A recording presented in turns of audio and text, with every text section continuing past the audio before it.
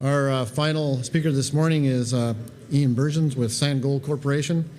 Title of his talk is Sand Gold Modern Infrastructure, Margins Key Amid Gold Price Uncertainty.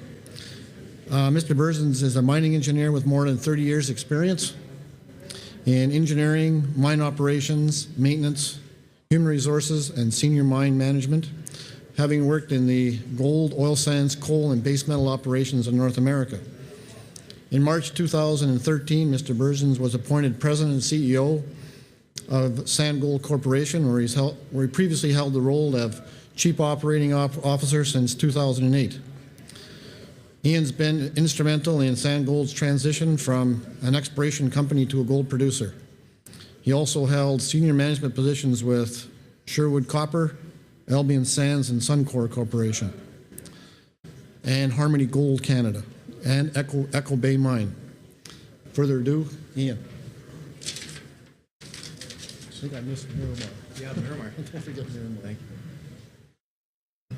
Thanks, Tom, and it's good to be back. I was kind of reflecting on the walk over today from the hotel about what a difference a year makes. And, you know, when you're a gold miner, I sat up here last year predicting how our world was going to change, and we were enjoying a gold price north of $1,600. So today we sit around bouncing under 13, and that's our new reality. So that was a big change for us, and we'll talk a little bit about how we had to react to that.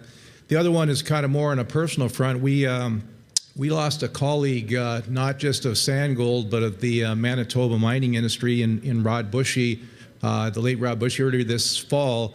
And Rod was instrumental behind the scenes trying to educate, promote the fact that the mining industry not only is viable, sustainable, and environmentally friendly. So we got a hold of Phil, and I'm hoping that we'll have some people that can step up to the podium going forward, some young people. And I was asked earlier, I think by Pam, whether we replaced Rod, and I kind of said, well, that's kind of hard to do. I don't think that that's possible. But the focus that he had is certainly important to us. So Sand Gold, this is a bit of an investor presentation. I'm a little bit technically challenged. All the other slides, this is being investors. Quite often you really don't talk safety, unfortunately, when you're marketing. People don't really want to hear it, and that's a bad thing. But I do want to comment a little bit about safety. 5 years ago, Sand Gold was not a safe operation. It certainly was an area that we said, if we don't get the safety right, nothing else will follow. If we figure out the safety, then the production, the quality, the cost, all that'll fall in line. And I'm pleased to report we're now over 620 days without a lost time accident. So I appreciate all the work that's being done up at Valley and Hud Bay, and we're nipping at their heels. So this is fundamentally part of how we now operate. This operation's been around since 1932. It's been a long-term producer. There's just under 2 million ounces that have been produced from this, in and around the Rice Lake mine. Last year we produced about 86,500. I think you'll see a slide from Chris's earlier that had us up over 100. And we, like a lot of juniors, were trying to get caught up with the enthusiasm that was bigger is better, and you had to keep up with the Joneses in order to be determined to be profitable. We see things a little different now. I'm of the view that at 86,000 ounces, there's absolutely no reason you can't be profitable and making a good margin. Of course, with better gold prices, that can improve. We have a large resource base at 3.5 million ounces, so that's a good footing to be on. And we are still trying to target towards free cash. We may not make it in this Q4, but certainly early in the new year, it's our intent and our focus. The belt is extremely prospective for gold. I mean, not only has it been 2 million ounces so far, we've got the large resource, but there are a number of past producers in the area. This area of Manitoba, of course, was discovered at a slower rate or developed at a slower rate, and we often point to the fact we're only 60 miles away from Red Lake, where they have the deep Red Lake deposits. People that are studying our story a little bit will see in the last 2 weeks, we've had 2 successive press releases where we've announced very high grade at depth, about 4,000 feet underground. So this is in the hanging wall of our current deposits. So that's very exciting for us, and I think it's going to be part of the story going forward. So We haven't found a pencil at depth yet, but we're still looking very hard. We had aggressive exploration programs this year, over 300,000 meters, and we just finished completing about a $16 million flow-through program this year, and I'll speak to that again in a minute. Year over year, we've made order of magnitude improvements. We're currently guiding for 75 to 85,000 ounces for this year, and we're on track to do about 80. We're holding back that next phase. Right now, I'll use the term steady state, but we're trying to make this operation as efficient as it can be at this kind of level. After that, we have the potential to do some step changes because we have a mill that has capacity for 2,500 ton a day, and we can only feed it at about 1,700 right now. So we have the upside on surface that's built, bought, and paid for. But you'll see that we had a couple of new discoveries that were made back 6, 7 years ago called the Hinge and 007. 007, interesting, that was the 7th hole that it took to find an ore body. So that's where that comes from. But in any event, both those mines were brought on production in less than 18 months from time of discovery for about $10 million each. So we haven't added a new mine lately, but we have recently announced 4 new discoveries, all within about a kilometer of the new deposits. So some of those will become economic, but so that again is exciting for us. Again, going forward, we have mill capacity that exceeds production capacity. Cash costs we're still targeting. We just released that our cash costs will probably creep north of $900. That's largely grade related. We had 2 quarters at about 4.25 grams. That doesn't get it done for us. We really need to be up at 5 grams and higher. We have an in situ ore body that is of higher grade. And so what we try to do is to pick mining methods that make sense. We currently use mechanized cut and fill and long hole. Part of the reason to go to those mining methods was really to improve the safety of the operation. So it's always a trade-off between tons and quality and quantity. So we're trying to get that balance right, and clearly a focus is to get back north of 5 grams. What you'll see here in the yellow are our main declines, the Hinge and the 007. So those are going down. They're currently about, I don't know if I shoot meters, 400 meters underground or 1,500 feet. But what you have is main thoroughfares on 16 level, which is 2,400 feet underground, and 26 level, which is 4,000 feet underground. And what our whole thesis is here, these current deposits that we're mining, which represent over 80% of our current mine feed, they have down dip extensions, and they're strong and repetitive structures. So there's a bit of a stacking effect, but we have not only gold in what is our historical San Antonio mining unit, but we also have gold associated with our shoreline basalt. And all these units are strong to depth. So whether the grade will improve, time will tell, but we do have vertical continuity. And so our whole thrust right now is major development on 16 level this year and 26. And in fact, we're ahead of schedule in 16, and we are actually a little bit ahead as well in 26. So 26 is where we got the new discoveries announced a little earlier. And again, the whole premise there for driving these adits out is that as the ramps get deeper, we have a high-speed tram on both 16 and 26, which allows us to lower our operating costs. So going forward, this is 16 level, and again, we're trying to push out underneath the Hinge deposit, and we're there now. We're already setting up to drive ventilation raises and ore passes, and then subsequently we'll push that same drift out to 007 and do the same thing. So that's going to integrate basically what we'll call now more of a Rice Lake complex as compared to singular mines. Down at 26 level, this again in the blue to the right side of that slide, this is the hanging wall of what was the Anoan deposit. So for many, many years, the only place you look for gold at this mine was in the Gabbro or the San Antonio mining unit. Now we're finding that we have mineralized structures into the hanging wall. And these, again, we actually mined another 1,500 feet below this in earlier days under Harmony. So it bodes very well that not only can and may we have some structures in the hanging wall, but it also opens the door for looking in the footwall of the deposit. This is kind of my checklist, I guess, the things that we said we had to do differently coming into March, April this year. We improved grade. We actually got to 5 grams in Q2 and then fell back to 4.2. So that's where some of the criticism of what we're doing, we elected to mine some lower grade material. Our cash costs, again, they are definitely or directly related to grade. You get 5 grams, we're under $800. That's just simply the relationship. If we're down at 4.5, 4.2, we struggle to be under $900. We've made good strides in the capital spend. Our target was to be reducing spend on capital by about 20%. That number is actually about 28 for this year. So that's allowed us, we've done that without compromising the integrity of the operation. The other part is PP&E, or property, plant, and equipment. We'd originally started the year plan to spend about $19 million, and we spent about half of that. Again, some projects have been canceled, some have simply been deferred, and again, without trying to impact the capability of the operation to mine at the current levels.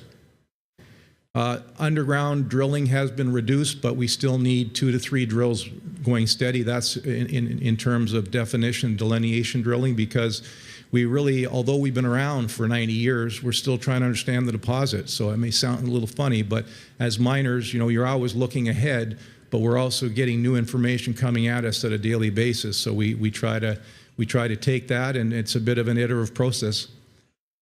We had enjoyed a history of flow-through spending on at this company. We've done over 300,000 meters 3 years in a row. So I think when you stack up exploration drilling in Manitoba, we've been one of the culprits that have kept the numbers up, I guess. But it has led to discoveries, but it's also been an aggressive program. But as Sandgold transitions from an exploration company to a production company, there has to be more of a proper balance in my mind.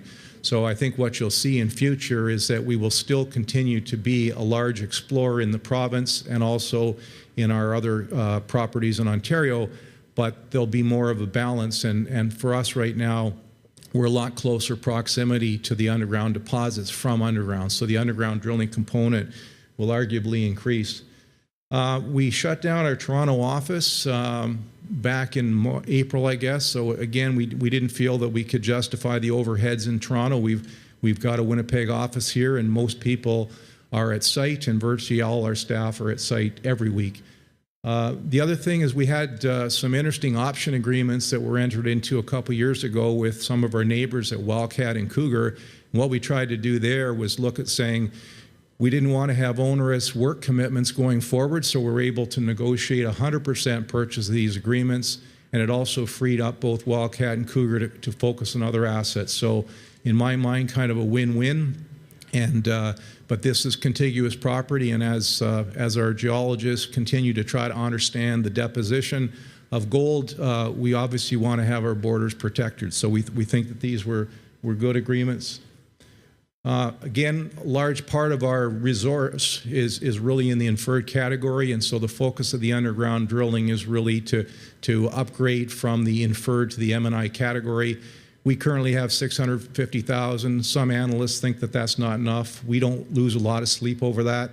The reality is many underground gold miners, you replace what you mine and you add a little bit more. So you get to 80 years by knowing 5 years at a time. So we're not worried about 20 years down the road, but we do want to convert more of that inferred, and that just gives our mine planners a better opportunity to pick the best stopes to focus on. This again is just simply showing in the yellow here that we have very good drill locations now in proximity to the down dip extension of these structures. So statistically, the probability of us having a higher, I'll call it conversion rate or discovery rate, is much improved with being in closer proximity.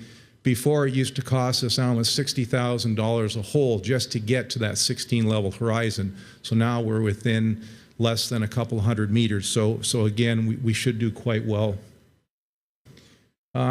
This is again a mag survey here where we have in the white are these shear structures that have been known to us for a long time. We've mapped them on surface, we've mapped them underground, and for argument's sake, they're you call them the feeders or the pathways of the gold mineralization.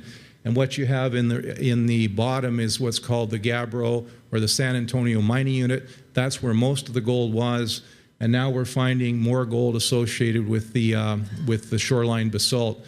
And arguably in the middle of the page, those other little elongated circles, those will be prospective targets for the same program. So regionally, we're trying to understand, again, why the gold's there. And I remember back after working at the Lupin mine is that the mine was shut down and the geologists was still trying to argue how the gold got there. So as a miner, I'm not saying I don't care. It's very good to know. But I think our whole thesis is going to continue to evolve as we get more information. I think lastly here I wanted to touch on, we have some interest in Ontario, both in the Atiqua Lake area of northwestern Ontario, but this is Timmins. And for those of you that are from other places in Manitoba, Timmins is the most prolific gold mining area in Canada, over 85 million ounces historically. So we have a very nice position in Ontario. The Tully project, Sandgold owns 50% of that project, and we also own 30% of our exploration junior called SGX Exploration. So SGX is active there on Timmins North and Timmins South. We would expect later this year that we'll put out a 43-101 resource. We're expecting about 500,000 ounces, probably at 7-8 grams. It's our belief that there will be a mine that gets built at some point at Tully, and so we have a significant interest there. And again, if you look, this is just one of the cross sections where we recently had announced several hundred meters to the west where we have step out. So now we have over 1 kilometer of strike length. So we're quite encouraged that this system is open on strike and on depth. And at this point, we'd be looking at it as kind of an underground project. I don't know if Mr. Harapiak, is Steve, you still here? Maybe not. Steve Harapiak, there he is on our board. And so these are a whole bunch of happy faces that are some are in the room with us today.